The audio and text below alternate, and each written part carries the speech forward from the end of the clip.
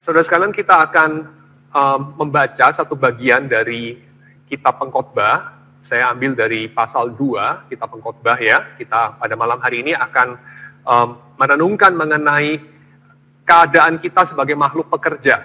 Jadi kita di dalam beberapa serial PA yang saya bawakan pada hari Rabu ini, pada bagian yang pertama kita bicara mengenai kitab hikmat yang pertama, yaitu mengenai Amsal, lalu kemudian bagian yang kedua mengenai Ayub, lalu bagian ketiga ini kita masuk mengenai Pengkhotbah. Ya, jadi ini adalah serial kitab hikmat dan pekerjaan. Nah, kita akan membaca pada Pengkhotbah pasal 22, pasal 2 ayat 22 sampai dengan nanti ayat yang ke-26. Apakah faedahnya yang diperoleh manusia dari segala usaha yang dilakukannya dengan jeripaya di bawah matahari dan dari keinginan hatinya?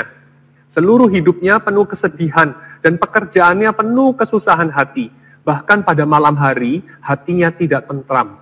Ini pun sia-sia. Tak ada yang lebih baik bagi manusia daripada makan dan minum dan bersenang-senang dalam jeripayahnya. Aku menyadari bahwa ini pun dari tangan Allah. Karena siapa dapat makan dan merasakan kenikmatan di luar dia. Karena kepada orang yang dikenannya, ia mengaruniakan hikmat, pengetahuan, dan kesukaan. Tetapi orang berdosa ditugaskannya untuk menghimpun dan menimbun sesuatu yang kemudian harus diberikannya kepada orang yang dikenan Allah. Ini pun kesia-siaan dan usaha menjaring angin.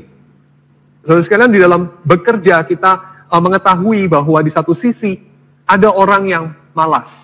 Pada PA kemarin, kita membahas mengenai orang yang malas, dan kemalasan itu bisa mewujud dalam dua manifestasi.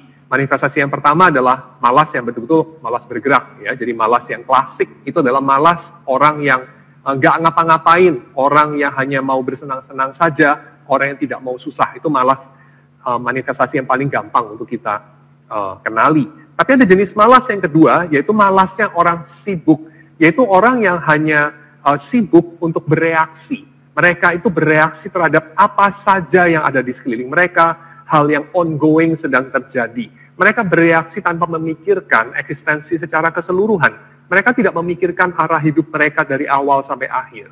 Mereka tidak berespon kepada kebenaran itu sendiri. Mereka tidak berespon kepada Tuhan. Mereka tidak berespon sesuai dengan pemberian yang Tuhan berikan kepada mereka, yaitu hidup itu sendiri. Mereka hanya berespon pada keadaan. Mereka berespon pada orang yang ada di hadapan mereka ketika menyinggung mereka, misalnya ketika menantang mereka misalnya, atau berespon kepada keresahan hati mereka sendiri. Mereka berespon kepada kegelisahan mereka sendiri. Nah, ini pun adalah satu bentuk kemalasan.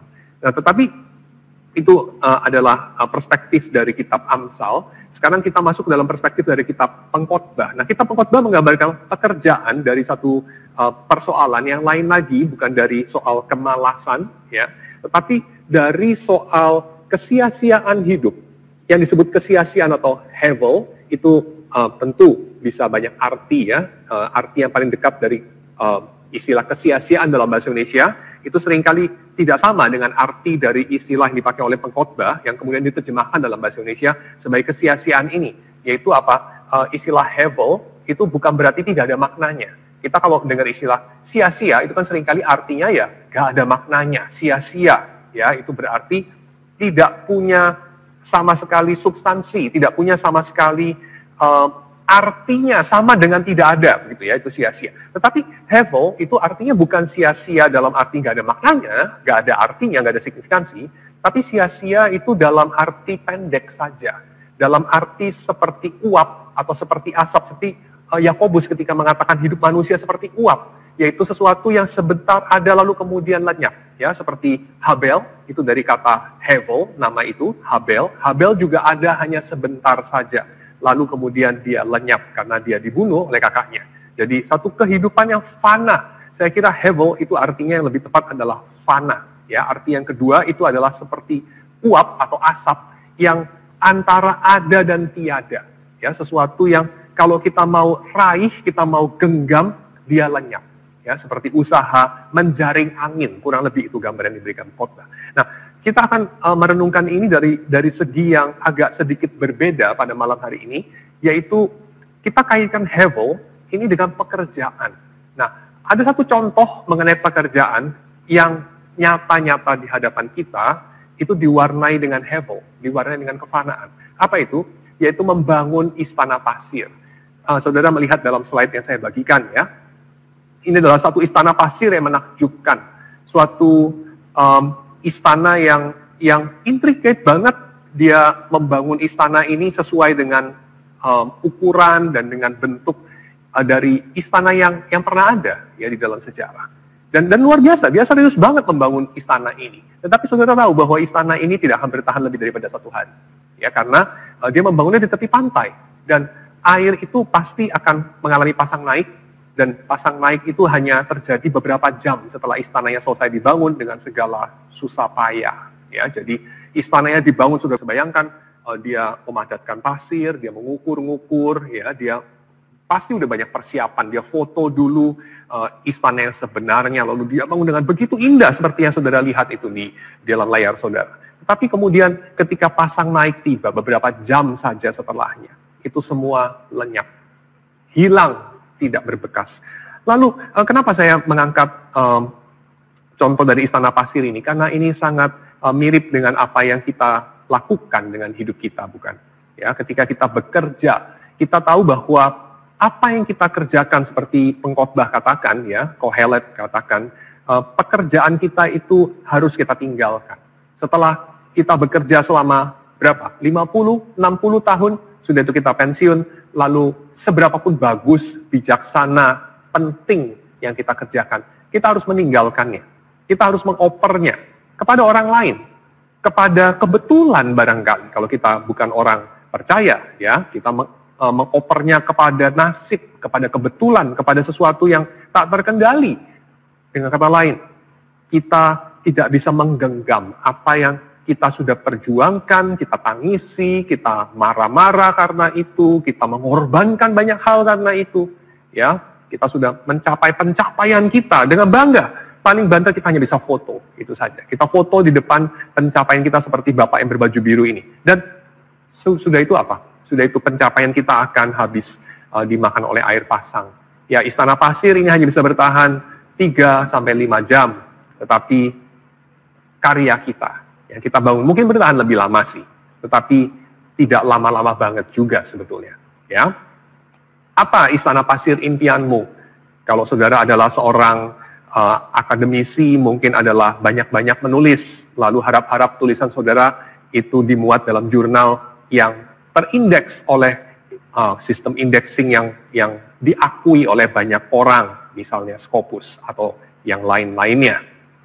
Mungkin saudara kalau menulis sesuatu karya yang populer, yang ringan, saudara berharap bisa laris kayak kacang goreng, jadi bestseller, ya, nangkring di bestseller versinya New York Times mungkin, Washington Post kali, dan seterusnya, atau Kompas, atau Gramedia, whatever.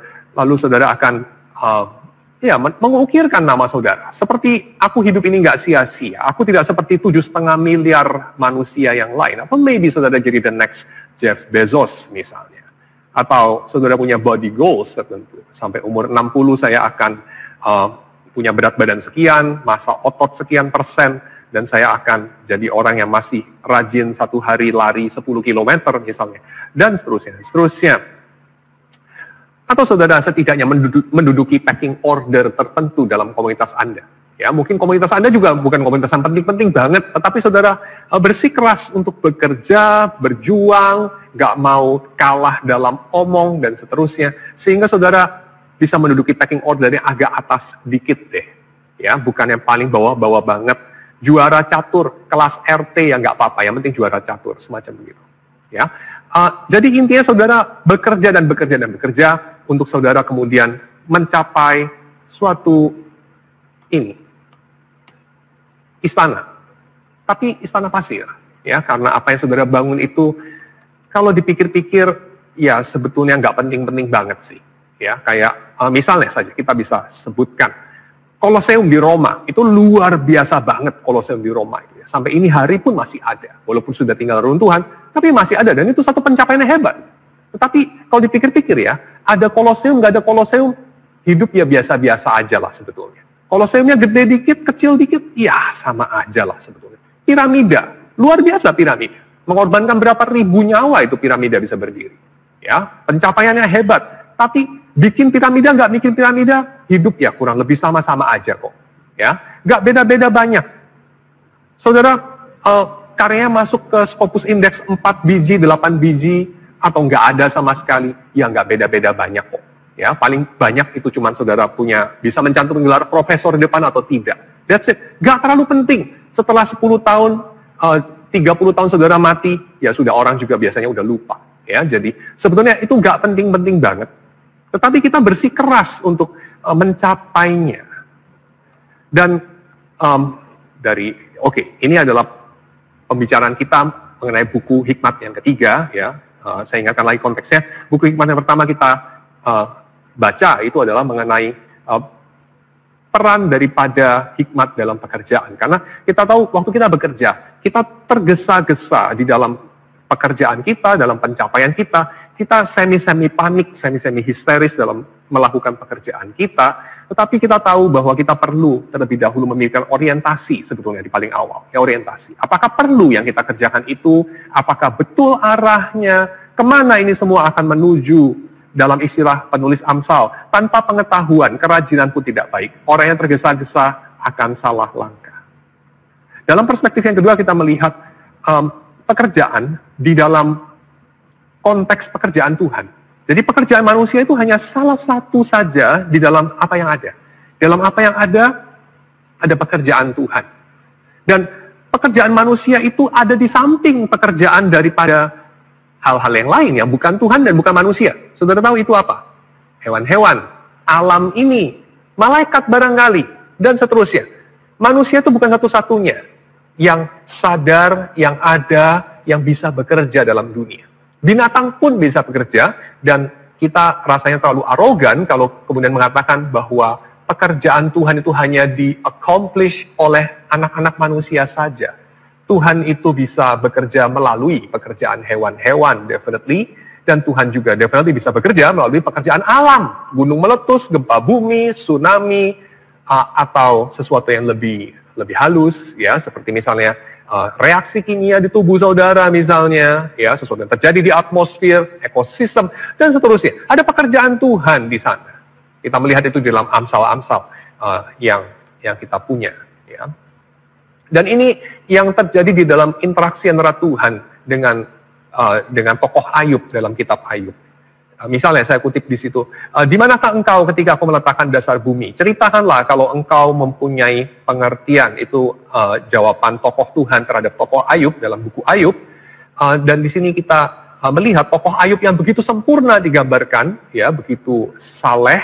Dia dikoreksi oleh Tuhan dalam hal ini. Karena apa? Karena dia sepertinya lupa bahwa hidup ini bukan melulu urusan manusia, bukan melulu urusan hidupnya sendiri, bukan melulu urusan sesuatu yang seolah-olah diceritakan itu di dalam Amsal, yaitu apa? Kalau Anda berbuat berhikmat, Anda akan hidup panjang dan penuh dengan shalom. Kalau Anda fasik, Anda akan hidup dengan bengkok dan pendek dan penuh dengan kesusahan. Ternyata tidak sesimpel itu dalam kenyataannya, karena dalam kenyataan ini bukan cuman sekedar ada good and evil, bukan hanya sekedar ada baik dan fasik, tetapi realitas itu melingkupi juga urusan non-order, order, dan disorder. Ya, jadi barangkali itu kategori yang lebih luas, kategori yang lebih kosmologis ketimbang moral. Ya, ketimbang cuma kategori etis. Tetap etis itu ada di dalam kategori yang lebih besar, yaitu keseluruhan ciptaan, keseluruhan kosmos. Etis atau moral itu hanya salah satu daripada aspek yang ada dalam kenyataan. Aspek yang penting, sangat penting sekali. Tetapi hanya salah satu aspek saja dari seluruh ciptaan. Dan dalam seluruh ciptaan ini, kalau kita melihat konteks daripada pekerjaan kita yang lebih besar, kita tahu bahwa kita bukan hanya berhadapan dengan good and evil, kita juga berhadapan dengan yang disebut sebagai non-order. Ya, jadi artinya ada hal-hal yang liar, ada hal-hal yang di luar daripada skop pekerjaan anak-anak manusia. Ada hal-hal yang kita tidak mengerti. Ada hal-hal dalam hidup ini yang bukan untuk kita. Ya, Jadi kita tidak boleh punya satu sikap antroposentris mengenai hal ini, ya, mengenai hidup dan pekerjaan kita. Pekerjaan kita bukan yang kita kerjakan tuh nanti akan berdampak bukan hanya kepada manusia, apalagi kepada kita dan keluarga kita, tapi kepada seluruh tatanan ciptaan. Tapi hal yang kedua, segala yang sedang terjadi bukan melulu dihasilkan dampaknya oleh diri kita, even oleh spesies yang namanya manusia, bukan, ya. Tapi Tuhan bekerja melalui segala-galanya, melalui segenap ciptaan, bahkan secara langsung tanpa melalui ciptaan. Jadi ada tatanan di luar tatanan dunia manusia, dunia hewan, bahkan malaikat, ya, yaitu Tuhan sendiri yang bekerja. So, ini sudah memperluas pandangan kita. Nah, sekarang kita masuk kepada dimensi kefanaan dari pekerjaan dalam kitab Pengkhotbah. Saya mengutip bagian yang kita belum baca tadi, ya, yaitu dari pasal 2 ayat 18. Di situ Pengkhotbah mengatakan setelah dia menjabarkan, ya, hal-hal yang dia lakukan untuk dia boleh mengeksplorasi kehidupan. Saudara tahu kan, ya, hidup ini kadang-kadang saudara merasa kayak, gue belum cukup mencicipi, gue belum cukup mengeksplorasi, bereksperimen, melangkah, karena barangkali aku adalah orang kampung yang tinggal di tempat yang terpencil, yang terisolir.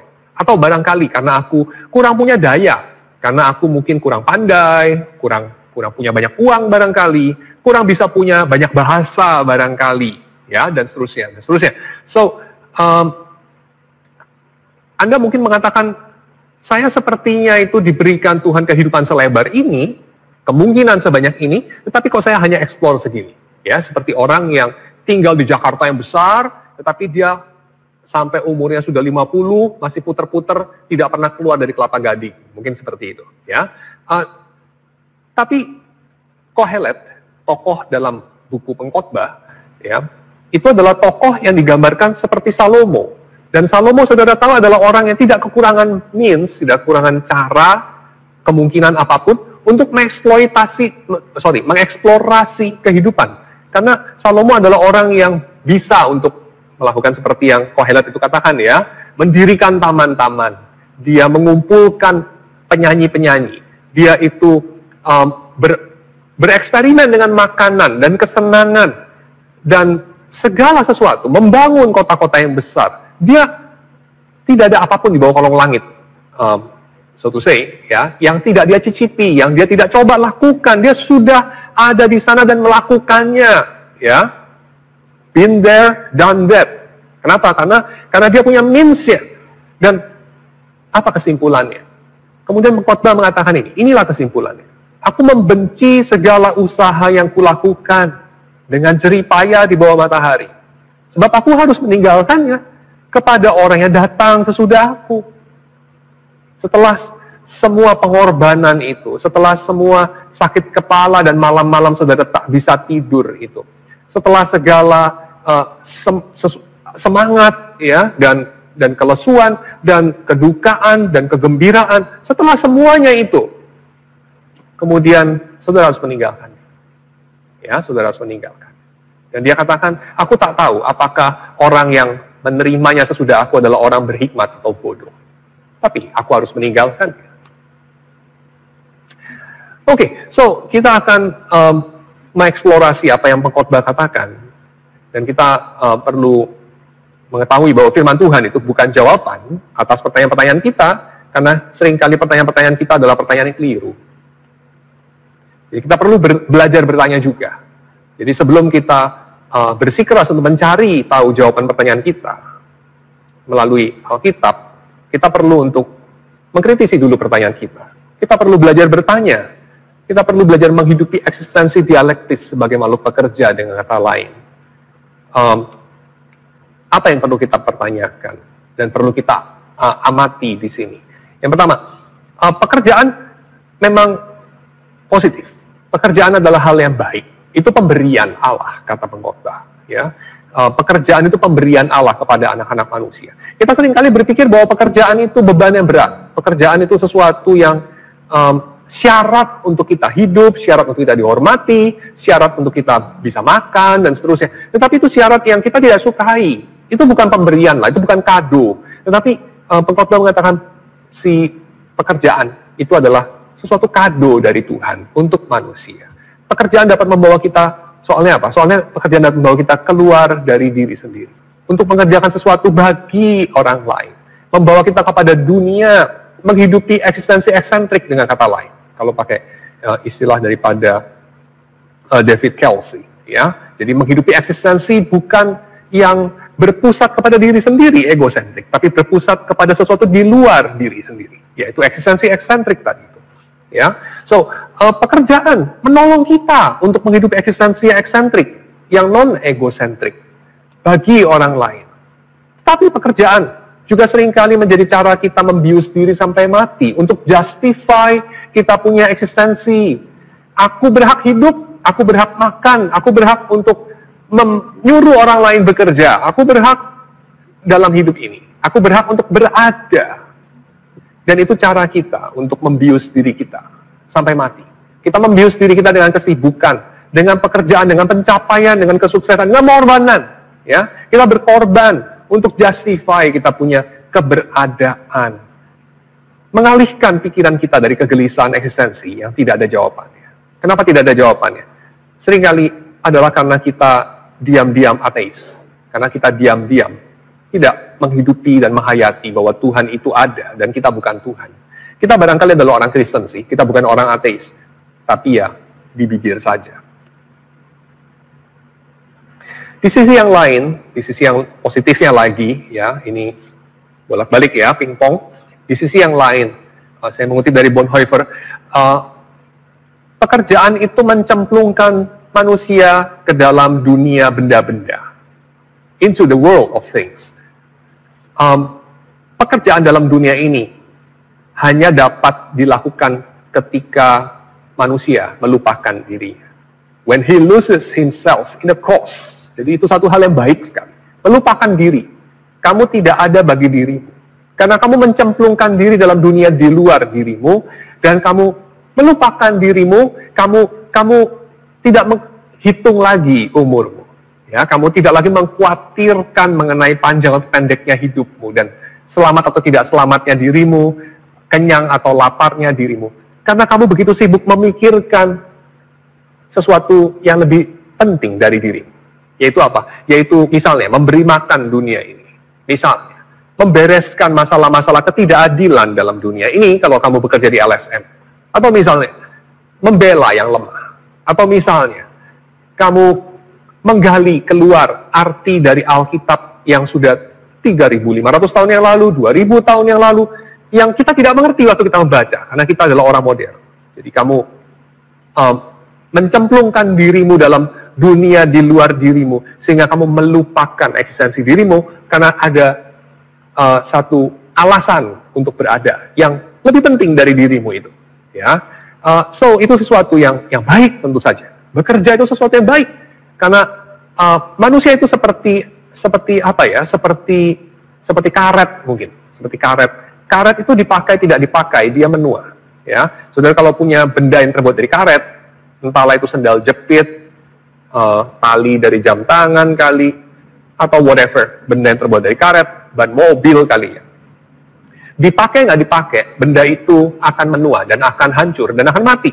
Ya, jadi saudara nggak bisa misalnya bilang, ini ban mobil saya masih baru grass nih, saya soalnya ganti ban waktu mobil saya baru dibeli. Jadi ini ban yang masih baru, tapi itu sudah 10 tahun yang lalu. Nah itu bannya sudah lama, sudah nggak boleh dipakai, ya sudah jadi illegal kayaknya, karena bisa meledak itu bannya kalau kecepatan tinggi atau apalah. So manusia seperti itu. Saudara tidak memakai hidup saudara, saudara tidak ngapa-ngapain, saudara tidak memberikan diri untuk a higher cause, ya, other than yourself, sama aja. Tetap kamu juga akan mati, tetap kamu juga akan habis. Jadi itulah keindahan daripada bekerja. Menolong kita untuk hidup bagi orang lain. Tapi di sisi yang lain, work can also become the idol by which we measure our dignity. The idol fails. Ya, jadi kita itu bisa juga, ini saya mengutip dari R. Paul Stevens, menaruh harga diri kita di atas pekerjaan kita, dan dengan demikian kita membuat pekerjaan kita itu jadi berhala, pengganti Tuhan. Kita itu berharga karena kita bekerja, kita berharga karena kita sukses. Kita bukan gagal, kita nggak kayak orang-orang itu. Dan itu adalah sesuatu yang buruk. Itu sesuatu hal yang buruk dari situasi kita bekerja, yaitu bekerja itu sedaktif, ya. Pekerjaan itu sedaktif, khususnya kalau dia itu sukses. Dia sangat sedaktif. Dia merayu kita dari Tuhan. Dan ini sesuatu yang perlu kita renungkan. Kita itu bukan dibikin untuk bekerja. We are not made for work. Bekerja itu, secara kontroversial saya katakan, nirfaedah. Tidak ada faedahnya di satu sisi, ya. Apa artinya? Yang pertama, bekerja itu temporary. So, seperti yang saya katakan, ketika kita mengerjakannya, ketika kita berusaha mencapainya, saya mau bikin piramida yang lebih gede dari piramida yang pernah dibikin sama nenek moyang saya, koloseum yang lebih kinclong daripada koloseum yang sudah pernah ada, dan seterusnya. Waktu kita berusaha bikin itu, sepertinya itu penting banget, dan itu sesuatu yang berarti banget, signifikan banget. Bukan kesia-siaan lah. Tapi kita tahu, setelah kita mati, setelah ratusan tahun berlalu, kita tahu pekerjaan kita itu sebetulnya nggak penting-penting banget kok. Ya, temporary dia. Temporariness dari pekerjaan, kefanaan dari pekerjaan, itu seperti mengosongkan pekerjaan dari makna yang absolut yang kita berikan kepada pekerjaan itu. Dan yang kedua, dalam mengerjakan pekerjaan kita, kebanyakan orang, realistis saja, kebanyakan orang merasa kurang dihargai. Ya, saya kira ini bukankah menunjukkan kepada sesuatu? Ya, bukankah ini membuat kita seharusnya tersadar akan sesuatu kebenaran barangkali? Ya, banyak orang yang merasa kurang dihargai pencapaiannya. Itu sebabnya banyak orang yang ingin menonjolkan dan mengingatkan dunia ini akan signifikansinya. Coba saudara pikir sebentar, orang jenis apa atau pengalaman seperti apa yang membuat orang bertingkah seperti itu? Yaitu dia itu ingin menegaskan kepada dunia bahwa dia penting, menegaskan kepada dunia bahwa karyanya itu tak bisa tidak harus ada, bahwa dirinya tak bisa tidak harus ada. Saya kira itu menegaskan ini, yaitu dia merasa, perasaan ini bisa salah, bisa benar, tapi ini perasaan, dia merasa kurang diapresiasi. Unappreciated. Itu yang seringkali kita jumpai waktu kita bekerja. Ya, temporary, unappreciated, dan seringkali without results. Kesuksesan dalam bekerja itu seringkali disaksikan, ya, ada testimoni dari orang-orang yang sukses. Dan biasanya itulah yang diupload ke YouTube, ya, ke Facebook, yang kita lihat di video-video motivasi. Tetapi bagaimana dengan mereka yang bekerja tapi tanpa hasil? Seringkali terlupakan. Ya, itu adalah sesuatu suara-suara yang kita tidak dengar. Tapi seringkali itu yang dialami orang. Pekerjaan kita tidak membuahkan apa-apa. Selain barangkali ya, cuman bayaran di akhir hari atau di akhir bulan itu saja. Tapi basically without results, ya, semacam itu.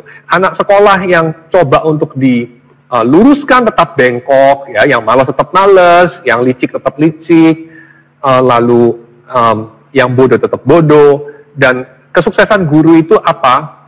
Hampir nggak ada. Perubahan yang terjadi apa? Hampir nggak ada kecuali ini. Gurunya putus asa. Jadi waktu muda ngajar itu menggebu-gebu, sepertinya bisa mengubah dunia.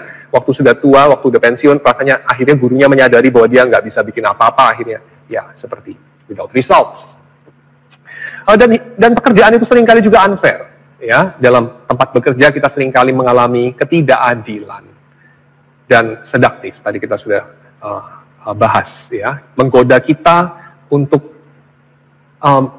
otonom, menggoda kita untuk merasa kita bisa mengendalikan seluruh hidup kita dari awal sampai akhir, menggoda kita untuk seperti bisa menjadi Tuhan atas hidup kita sendiri. Sedaktif pekerjaan itu. Sehingga ini saya kutip dari R. Paul Stevens, saya kira benar juga bahwa penting untuk kita sadari bahwa ada hal-hal yang membuat kita kurang yakin, membuat kita merasa gamang dalam kita bekerja, merasa galau dalam kita bekerja, yaitu sepertinya pekerjaan saya itu sia-sia, pekerjaan saya itu sepertinya tidak ada gunanya. Nah, kita perlu, saya kira mendengarkan hal ini, yaitu kita perlu menyadari aspek itu tidak selalu adalah karena kebodohan kita. Aspek itu tidak selalu adalah karena dosa. Aspek itu kadang-kadang kita bisa katakan adalah karena Tuhan menghendakinya. Tuhan menghendaki pekerjaan itu tidak ada gunanya in some sense, of course. Bukan in all sense. Kenapa? Karena kerja itu hanya penanda saja. Karena kerja itu bukan yang ditandai. Karena kerja itu bukan akhir bagi dirinya sendiri. It is not an end for itself. Ya. Pekerjaan itu bukan tujuan hidup. Tak lebih, tak kurang, dia adalah tanda. Tak lebih, karena pekerjaan itu tidak punya makna dalam dirinya sendiri. Tak kurang, karena pekerjaan itu memang punya nilai sebagai tanda. Dia menunjuk kepada sesuatu. Jadi ada juga substansinya. Cuman dia sebagai penunjuk, bukan sebagai sesuatu nilai pada dirinya sendiri. Saya kira kalimat ini perlu kita pikirkan. Kita bukan dibuat untuk bekerja. We are not made for work. Kita bisa katakan work were made for us. Work were made for God. Tapi we were not made for work. We were made for God. Kita itu bukan dibuat untuk pekerjaan. Kita dibuat untuk Tuhan. Robot dibuat untuk pekerjaan. Ya, robot dibuat untuk pekerjaan. Manusia tidak dibuat untuk pekerjaan. Manusia dibuat untuk Tuhan dan untuk sesamanya. Itulah tujuan akhir kita. Kita adalah makhluk persekutuan, bukan makhluk pekerja pada dirinya sendiri. Bekerja adalah salah satu wujud kita mengasihi.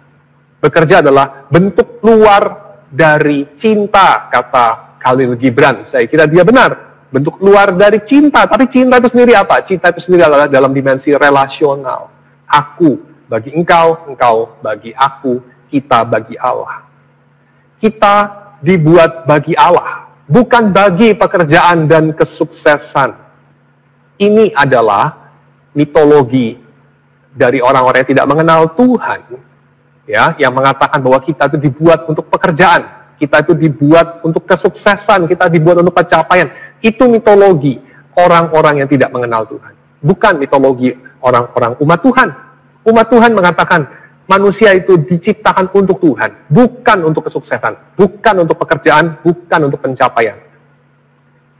Sehingga tidak heran kita akan menemukan kepuasan kita di dalam pekerjaan kita, terutama adalah di dalam Tuhan, bukan di dalam kesuksesan. Walaupun of course bisa di dalam kesuksesan, tetapi ingat itu sedaktif.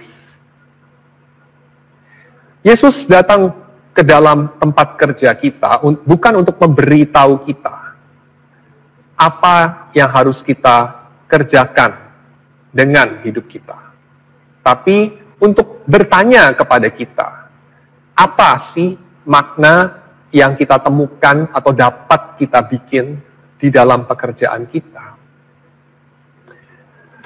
Saya mengajak kita membaca Alkitab lagi dari Kolose pasal 3 ayat 1-4 dan juga pasal 3 ayat 22-23. Saya bacakan.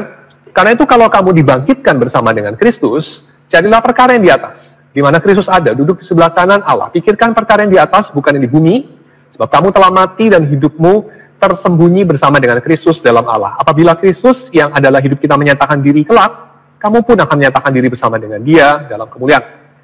Lalu kemudian beberapa ayat setelahnya penulis Kolose mengatakan, hai hamba-hamba, taatilah Tuhanmu yang di dunia ini dalam segala hal. Jangan hanya di hadapan mereka saja, ini masih dalam rangka kalau kamu dibangkitkan bersama Kristus, carilah perkara yang di atas. Ya, bagaimana caranya mencari perkara yang di atas? Bagaimana atau apa artinya memikirkan perkara yang di atas bukan di bumi? Ya, karena kamu telah mati dalam Kristus dan hidupmu tersembunyi bersama dengan Kristus. Nah, secara khusus penulis surat ini mengatakan, sebagai hamba-hamba, caranya begini, taati Tuhanmu yang di dunia ini. Dalam segala hal, jangan hanya di hadapan mereka saja untuk menyenangkan mereka, melainkan dengan tulus hati karena takut akan Tuhan. Lalu ini, apapun juga yang kamu perbuat, perbuatlah dengan segenap hatimu, seperti untuk Tuhan dan bukan untuk manusia. Apa maksudnya? Apakah penulis surat Kolose mengatakan, jadikan bosmu Tuhan? Ya, layani bosmu seperti seolah-olah dia itu Tuhan. Bukan. Saya kira bukan itu. Tetapi justru ini, layani mereka bukan seolah-olah mereka itu adalah Tuhan Allah yang bukan manusia, tetapi layani mereka dengan kesadaran bahwa engkau melayani saudaramu, engkau melayani sesamamu yang juga punya Tuhan. Nanti itu dibahas dalam ayat selanjutnya, juga punya Tuhan. Tuhan itu punya Tuhan dalam dunia ini, yaitu Tuhannya adalah Tuhan, dan Tuhannya itu adalah Kristus yang sudah dibangkitkan, Kristus yang merendahkan diri sebagai hamba, yang sudah dibangkitkan dan mengalahkan maut, dan yang di dalam dirinya hidup kita tersembunyi. Di dalam dirinya hidup dari Tuhan itu tersembunyi, di dalam diri Kristus hidup daripada hamba-hamba itu tersembunyi. Di dalam dia tidak ada lagi orang barbar, orang skit, laki-laki maupun perempuan, budak maupun orang merdeka, kata penulis surat Kolose ini.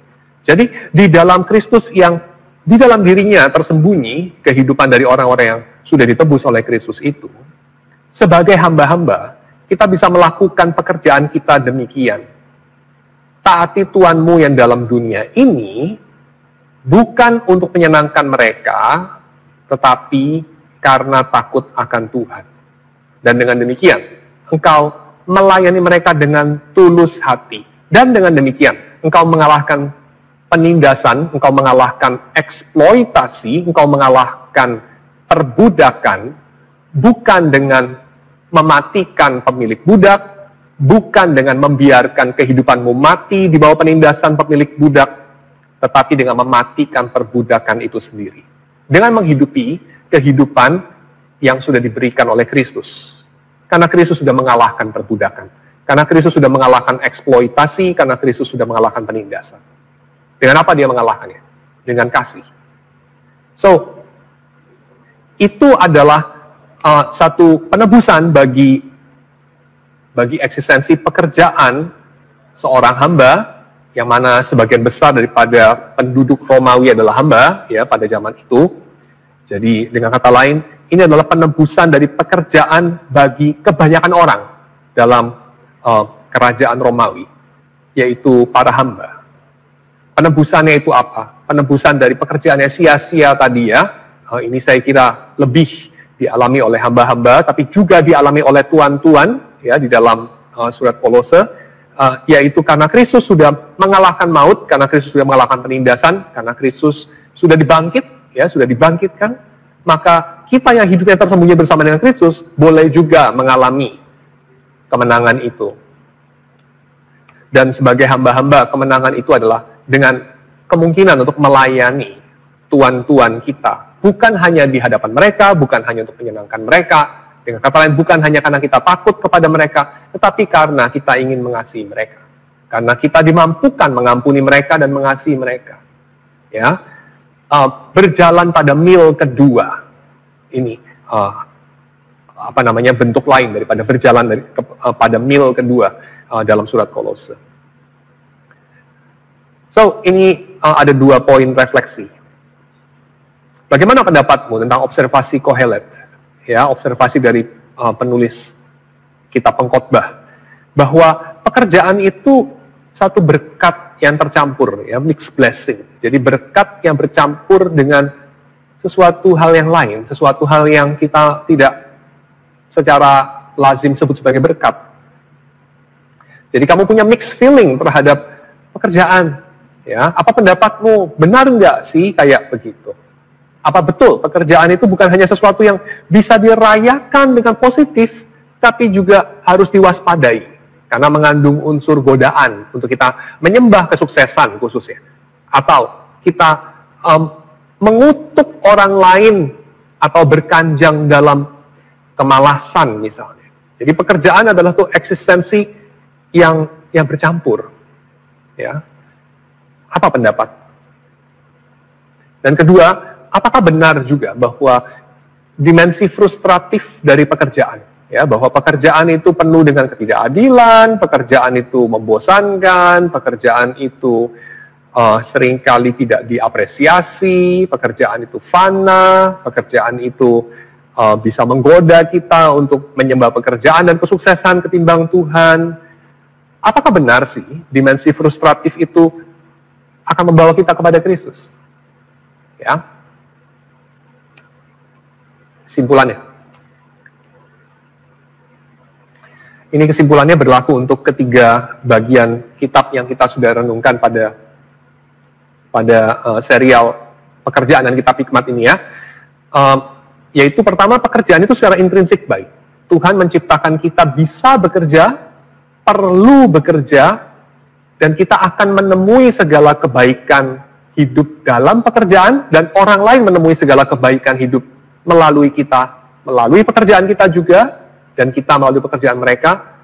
Jadi pekerjaan itu secara intrinsik baik, karena Tuhan menciptakan kita sebagai makhluk yang bisa bekerja, walaupun bukan melulu untuk bekerja.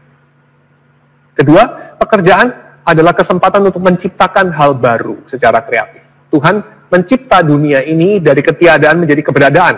Lalu Tuhan mendirikan tatanan, ya, mendirikan order di atas non-order itu, di atas disorder juga. Itu adalah creatio secunda, ya, creatio prima, creatio secunda, dan pekerjaan manusia, creatio tertia. Manusia bekerja juga, mendirikan tatanan bersama dengan Tuhan dalam dunia ini, menjadi co-creator lah, semacam begitu, dalam tanda kutip, ya, walaupun bukan dalam arti yang mengadakan yang nggak ada, bukan, tapi menata yang ada ini, menata dunia ini, menciptakan hal baru secara kreatif. Itu kesempatan kita. Tuhan memerintahkan kita untuk melakukan itu. Entrepreneurial aspek dari pekerjaan. Jadi dalam bekerja manusia itu menjadi imago Dei, ya, menjadi gambaran rupa Allah. Karena Allah adalah Allah yang bekerja, Allah adalah Allah yang mencipta. Jadi kita juga mencipta juga. Tapi mencipta tentu bukan dalam arti creatio ex nihilo, ya, creatio prima, bukan. Tapi kita mencipta dalam arti mendirikan tatanan. Dan juga dengan aktif resist disorder, ya, misalnya pekerjaan bersih-bersih, menata rumah dan seterusnya, ya, seperti Marie Kondo itu, ya, mengajar kita untuk bikin disorder jadi order, semacam itu. Tapi ketiga, kerja juga mixed blessing, ya. Kenapa? Karena dunia sudah jatuh. Jadi dalam bekerja kita wajar menjumpai kekosongan, ketidakadilan, kebosanan, kelelahan, dan juga godaan untuk menyembah kesuksesan. Sehingga yang keempat, dalam Torah kita menemui ada interplay antara bekerja dan beristirahat. Dan ini kita tahu bukan hanya Tuhan install setelah kejatuhan, ya. Jadi institusi rest, sabat, itu bukan hanya diberikan setelah kejatuhan, tapi itu diberikan ketika Tuhan menciptakan dunia ini. Tuhan sendiri yang beristirahat pada hari ke-7, ya, dan itu menjadi sesuatu interplay yang membuat pekerjaan kita berarti. Dan bekerja adalah sesuatu yang membuat istirahat kita berarti, dan seterusnya. Ada interplay di antara kedua hal itu yang kita tidak boleh lalaikan. Yang kelima, makna pekerjaan adalah berjalan dengan Tuhan sebagai penolong bagi sesama. Jadi makna pekerjaan adalah bukan justify kita punya eksistensi. Makna pekerjaan adalah bukan untuk kita bisa mendirikan tatanan dominasi atas orang lain, ya, mendirikan hierarki dominasi di atas orang lain. Gue lebih sukses dari lo, kerja gue lebih beres dari lo. Bukan. Tetapi kita menjadi penolong bagi sesama kita. Nasi uduk yang kita bikin bisa mengenyangkan pembeli kita, membuat hati dia lebih bahagia sedikit, dan membuka ruang percakapan sedikit, dan seterusnya. Dan tidak ada divisi pekerjaan yang ini lebih rohani, yang itu kurang rohani di sini, karena melalui semuanya, kata penulis surat Kolose, kamu bisa menyembunyikan hidupmu di dalam Kristus, dalam kebangkitannya, dan kamu bisa melakukan pelayanan kepada sesama dalam spirit itu juga. Ketika kamu menyuguhkan kopi bagi kamu punya customer, ketika kamu berbicara menangani orang tua murid yang komplain, ketika kamu membersihkan ruangan, dan seterusnya. Makna pekerjaan adalah berjalan bersama dengan Tuhan sebagai penolong bagi sesama. Dan kita harus mengarahkannya di dalam doa tentunya. Pekerjaan kita hanyalah sebagian kecil. Ini terakhir ya, pekerjaan kita hanya sebagian kecil. Dari keseluruhan konteks providensia ilahi, dari awal sampai akhir. Karena Allahnya orang Kristen bukan hanya Allah yang bikin dari nggak ada jadi ada, tapi juga memelihara yang sudah ada tetap ada, dan yang teratur tetap teratur. Ya, jadi Allah kita adalah Allah yang melakukan kreatio, sustenatio, dan gubernatio. Allah yang memimpin, Allah yang adalah raja juga. Ya, dan pekerjaan kita harus kita letakkan dalam konteks pekerjaan besar Tuhan, yang tak dapat kita domestifikasi, nggak bisa kita jinakkan itu pekerjaan Tuhan. Karena Tuhan itu lebih besar dari kita ada bagi Dia, bukan terutama Dia ada bagi kita, Dia ada lebih dulu tentunya, Dia tidak pernah tidak ada, Tuhan tak dapat kita domestifikasi. Maka pekerjaan kita hanya sebagian kecil dari pekerjaan Tuhan, kita harus ingat itu terus. Dan kita harus ingat seduction-nya adalah kita itu tergoda untuk memulai dari diri sendiri. Kita tergoda untuk memulai dari ini. Hidup saya kosong, hidup saya cuma satu kali, YOLO, ya, you only live once. Maka apa yang sebaiknya saya kerjakan dalam hidup yang cuma sekali dan pendek ini? Pertanyaannya salah. Starting point-nya salah. Karena starting point-nya adalah pada mulanya Tuhan menciptakan langit dan bumi, lalu kemudian menciptakan manusia seturut dengan gambar dan rupanya, dan memberikan kepada kita kesempatan, keleluasaan, hadiah, yaitu kita boleh hidup, kita boleh bekerja, kita boleh berada di dalam Dia, dalam konteks pekerjaannya. Pekerjaan kita adalah sebagian kecil dari pekerjaan Tuhan yang tak terjinakkan. Mari kita masuk di dalam doa. Tuhan, kami bersyukur untuk segala kesempatan bagi kami Tuhan berikan untuk bukan hanya hidup, tapi merenungkan hidup kami.